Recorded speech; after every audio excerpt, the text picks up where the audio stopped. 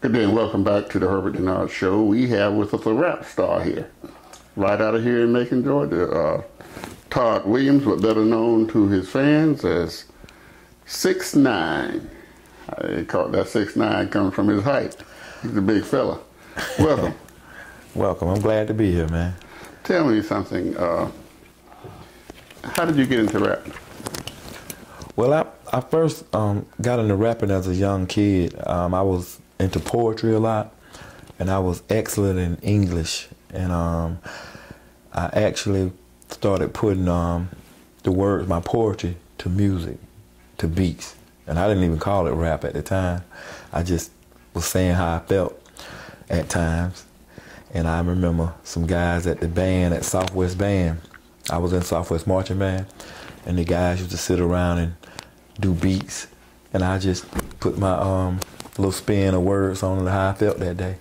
And it kind of picked up, and everybody liked it. And I started getting crowds of people packing up the Southwest High School.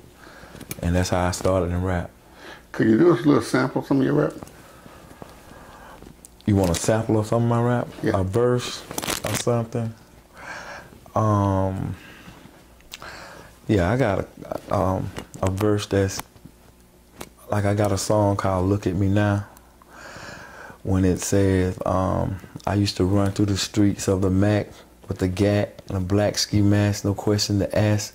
I was so hungry as what, and I never gave a what about a one-way ticket to hell.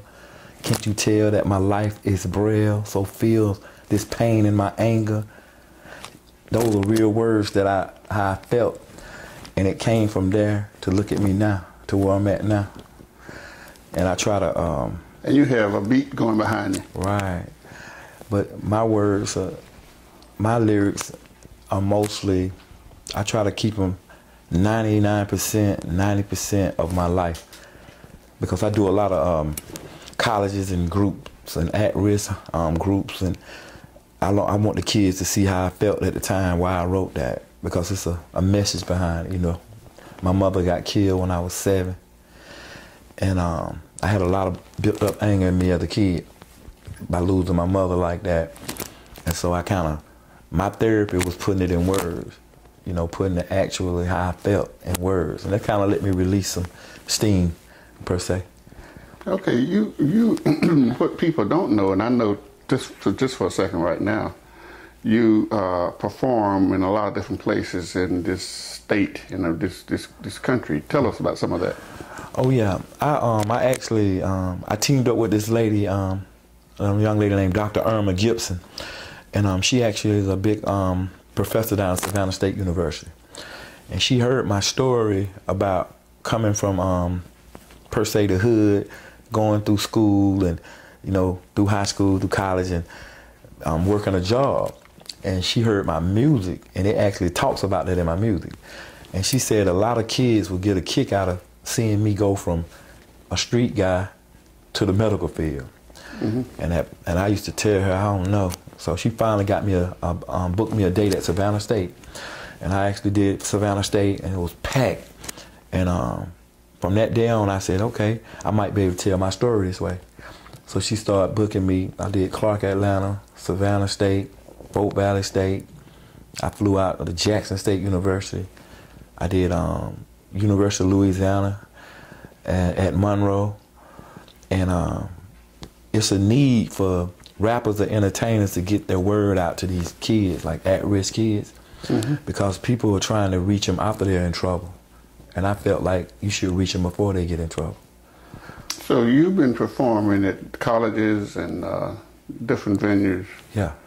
All over. Right. It was amazing because she had me doing all these things outside of Macon, and I started thinking, I need to get this in Macon, because I'm from Macon.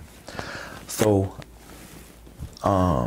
Miss Elaine Lucas actually got me to come to Hutchins.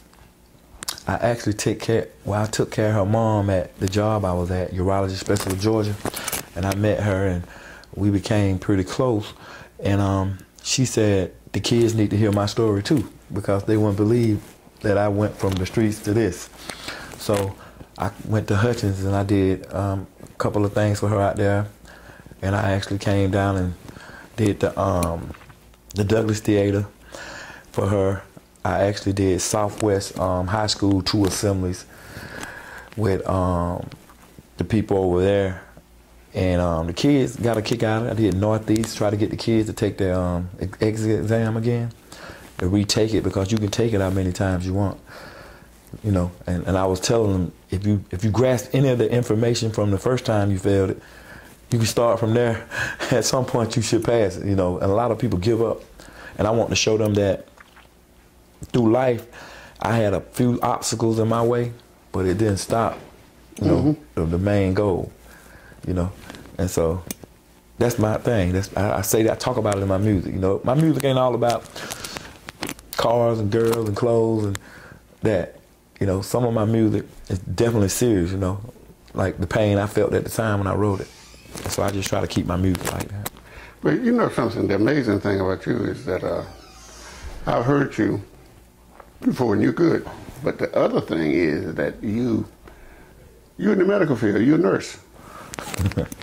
I mean, you're like Superman, Clark Kent. Right. You got all this black stuff on, all these beads and all these silver stuff hanging down, the hat on and everything else. Yeah. And then you go off into the medical field and you change and put on the attire in the medical field. Right. So you have a career in the medical field, and then you have your building career as a rapper. Right. And I can explain, like I tell kids, like this tattoo on my arm is 6'9". Like if you write a 6 and a 9, they are the same. But this is how you're looking at it. If you're looking at it from over there, you might just see the 6. If he's looking at it from over there, he can see the 9. So that's my persona. When you catch me at work, I be 6. You catch me out here doing this music, I'm 9, but it's the same person. I never changed per se on me, my heart and my mindset. And I try to teach kids that you ain't gonna go in no job interview and have your pants sagging down. I'm not gonna go in a job interview and have these tattoos showing. I'm not gonna So when you go to a job interview, what do you do about your... If you notice, at my job, if you ever saw me, you never saw the tattoos. No, you have a long sleeve shirt on. Right. And I learned one thing, people put so much emphasis on the pants and the tattoos, but I always looked at it like this. My grandfather told me this. He said, if the only vices you got in the world was you got tattoos and you wore your pants baggy, but you successful, you went to school, you take care of your kids, you paying your taxes. He said, that's minor. And then you served in the military. Right. How long? I did 3 years and some change. I got out to go to college. I actually I scored like 117 on my GT score. If you score 115, you can go any college you want to. So I scored 117, got out, went to college. And see, a lot of people don't realize I went to the military 4 days out of high school. And I didn't want to have a break. You get what I'm saying? Yeah. So I went directly 4 days. I didn't even have a summer break. Went straight in the military. Then I came right out the military, and just before I can think about doing something, I was in the school. Where can you go now? Where can somebody hear your music at? Well, they can go to pull me up. You can Google me, Sixxnine, and you can just Google me, and you can see a lot of the videos and a lot of my music in the colleges I've done. They actually got the videos online where I do the colleges and everything. Or they can go to Amazon and just type in 6ix9ine, and it'll pull 6ix9ine, you spell it Sixxnine. Okay. And they can pull me up from there. You have you don't have a website, you have a Facebook? Facebook. Yeah, it's my Facebook page. Actually, my real name is Todd Williams, and Macon, Georgia, Todd Williams, and they can pull me up there, and you can actually see a lot of the pictures and stuff that I did with all the kids in the group homes and the at-risk youth and the Stop the Violence. I actually did that with Sonny Spoon, and Al Tillman and Teague Entertainment, and I just kind of try to be universal in my approach to what I do, because one minute I'm over here in the streets with guys, next minute I'm sitting corporate with people. So I got to walk that thin line. You're doing a good job. I appreciate it. Appreciate you stopping by. I'm going to have you back later. All right. Appreciate it, sir. And we'll be right back.